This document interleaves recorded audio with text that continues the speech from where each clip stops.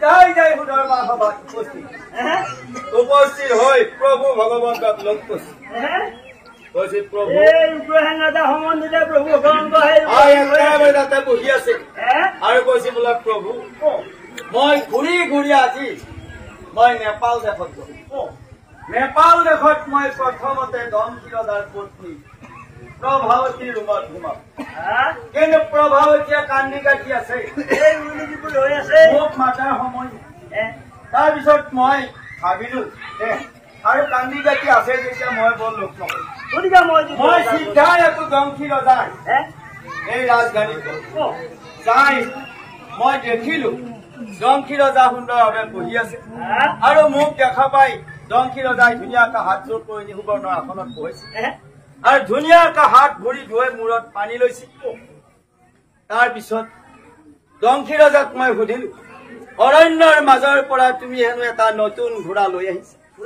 আৰু এই ঘোঁৰাটো চাবৰ কাৰণে মই আহিছো দমকি ৰজা আৰু তেতিয়া দমকি ৰজাই মোক এই ঘোঁৰাহাললৈ লৈ গৈছে আৰু লৈ গৈ মোক যেতিয়া ঘোঁৰাটো দেখালা হয় স্বৰ্গৰ মধ্য পাতালত আছে সেই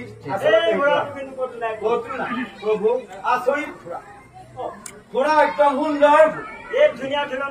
আৰু সেই ঝুলন্ত ঘোঁৰাটোৰ আৰু বহুত ৰহস্য মই ৰহস্যবোৰ ক'ব খোজা নাই আপুনি নিজে হয়তো জানে প্ৰভু আৰু আপুনি জানে আপোনাক বুজোৱাৰ একো দৰকাৰ নাই আৰু সেই ঘোঁৰাটোৰ কাৰণে আনকি স্বামী পত্নীৰ দিনে ৰাতিয়ে বন্ধু আৰু আচলতে সেই ঘোঁৰাটো যদি দমকি ৰজাৰ ঘৰত থাকে আচলতে ভাল নহয় আপুনি কি কৰি পাৰে তাৰ ব্যৱস্থা যেতিয়া শ্ৰীকৃষ্ণই চিন্তা কৰি চাইছিল চাই পেলাই ভাবছিল ঠিক আছে নাৰদ মই এই বুলি এজন দুটাক মাতি আহি কৈছিল তুমি যোৱা তুমি গৈ দমকি ৰজাক কোৱা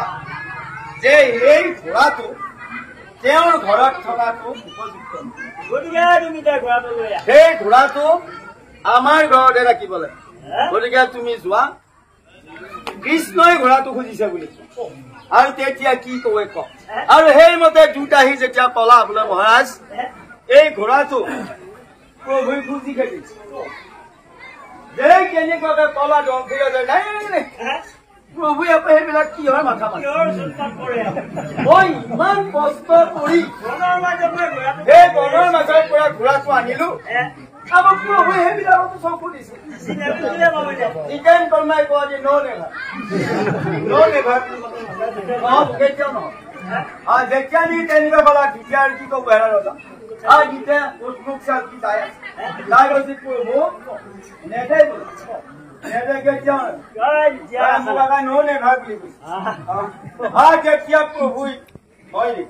ঠিক আছে আকৌ কৈছে এজনক বোলে এইবাৰ কোৱাচোন বাৰু এইবাৰ কোৱা গৈ যদি ঘোঁৰা নেদা এইবাৰ যুদ্ধ কৰি আকৌ এজন দূত গৈছে যাই বোলে কলা মহাৰাজ এতিয়া ঘোঁৰাটো নিবা খেদিছে যদি নেদা এইবাৰ কিন্তু বোলে যুদ্ধ হব যুদ্ধ কৰিম দৰকাৰ হলি তেওঁ বিনা যুদ্ধে মই ঘোঁৰা দিছো এই বুলি পুৰা দমত কৈছে ভয় লাগে যিটো দমটো থাকিব লাগে এতিয়া এই ভোজৰ পাত যেতিয়া পেলাই দিয়া যায় একদম ফাফৰে নমচম নহয় তাতে নামাই দিলো আৰু একটা মেইন বস্তুখিনি সেইটোৱে খায় আৰু যেতিয়া গোটাই কুকুৰা একেবাৰে থাকা তাত গোটাই কেইটাকে বহি লওক আৰু বাকী দমটো দমকি ৰজাই পুৰা দমত আৰু সেইমতে এই আকৌ ঘূৰি যায়